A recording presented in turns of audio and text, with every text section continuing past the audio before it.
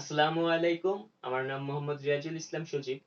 আজ আমি আপনাদের HTML এর হিস্টোরি এবং কিছু ফ্যাক্টস জানানোর চেষ্টা করব। তো 1980 সালে ফিজিসিস্ট টিম বার্নার্লি, যিনি European Organization of Nuclear Research বা যেটা সার্ন নামে পরিচিত, তার একজন কন্ট্রাক্টর ছিলেন। তো উনি একটা প্রজেক্ট প্রস্তাবন করেন এনকিউরি নামে সার্নের কাছে।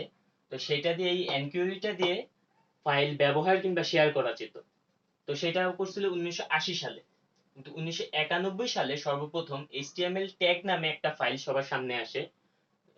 উইটাতে তখন HTML এর সম্পর্কে কিছু ধারণা দেওয়া হয়েছে, HTML এর কাজ কিংবা ধরন।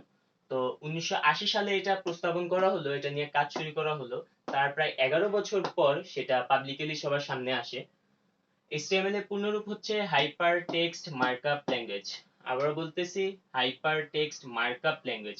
HTML একটা মার্কআপ ল্যাঙ্গুয়েজ, এটা প্রোগ্রামিং ল্যাঙ্গুয়েজ না। যারা HTML শিখা বলতেছেন এটা একটা প্রোগ্রামিং ল্যাঙ্গুয়েজ, HTML একটা প্রোগ্রামিং ল্যাঙ্গুয়েজ না, এটা একটা মার্কআপ ল্যাঙ্গুয়েজ।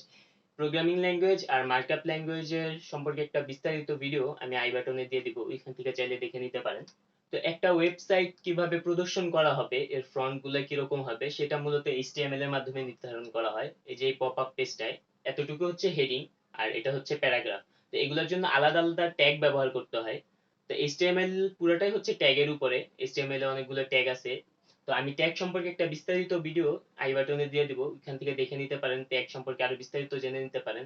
যদিও আমি কোর্সের মধ্যে এই সম্পর্কে আরো ধারণা দিয়ে যাব HTML ট্যাগ সম্পর্কে। আগে HTML ডকুমেন্ট গুলো শুধু HTML ল্যাঙ্গুয়েজ দিয়েই করা হতো, কিন্তু এখন এর সাথে সাথে CSS ও ব্যবহার করা হয়।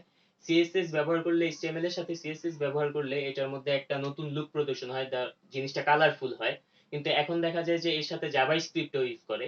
তো আমি কিছু এক্সাম্পল দেখাচ্ছি। যেমন এই ওয়েবসাইটটা হচ্ছে, এই ফ্রন্ট গুলো যেগুলো আছে এগুলা সব হচ্ছে HTML দিয়ে করা, এই বড় এই ছোট ফ্রন্ট গুলো। আর যে কালারফুল ফ্রন্ট গুলো আছে কিংবা যে ডিজাইন গুলো, সেই ডিজাইন গুলো করা হয়ে হচ্ছে CSS এর মাধ্যমে। তো এখন জাভাস্ক্রিপ্ট হচ্ছে একটু অ্যানিমেশন টাইপের কিংবা ভিডিও টাইপের।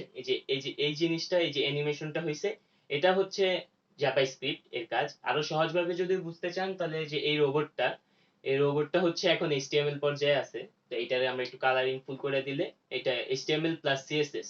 কিন্তু এটা যখন আমরা ব্যাটারি লাগাই দিব, এটা চলতে শুরু করবে, এটা কাজ করবে, চলাফেরা করতে পারবে, তখন কি হয়ে যায়, সেটা হচ্ছে HTML plus CSS plus JavaScript, তিনটা। তো HTML এর অনেকগুলো ভার্সন আছে। এর মধ্যে এখন বর্তমান ভার্সন হচ্ছে HTML5। তো আশা করি আপনাদের HTML সম্পর্কে একটা মোটামুটি ধারণা দিতে পেরেছি।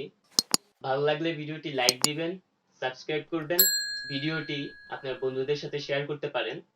আজকে এই পর্যন্তই। সুস্থ থাকবেন, ভালো থাকবেন, আর 5 ওয়াক্ত নামাজ পড়ার ট্রাই করবেন।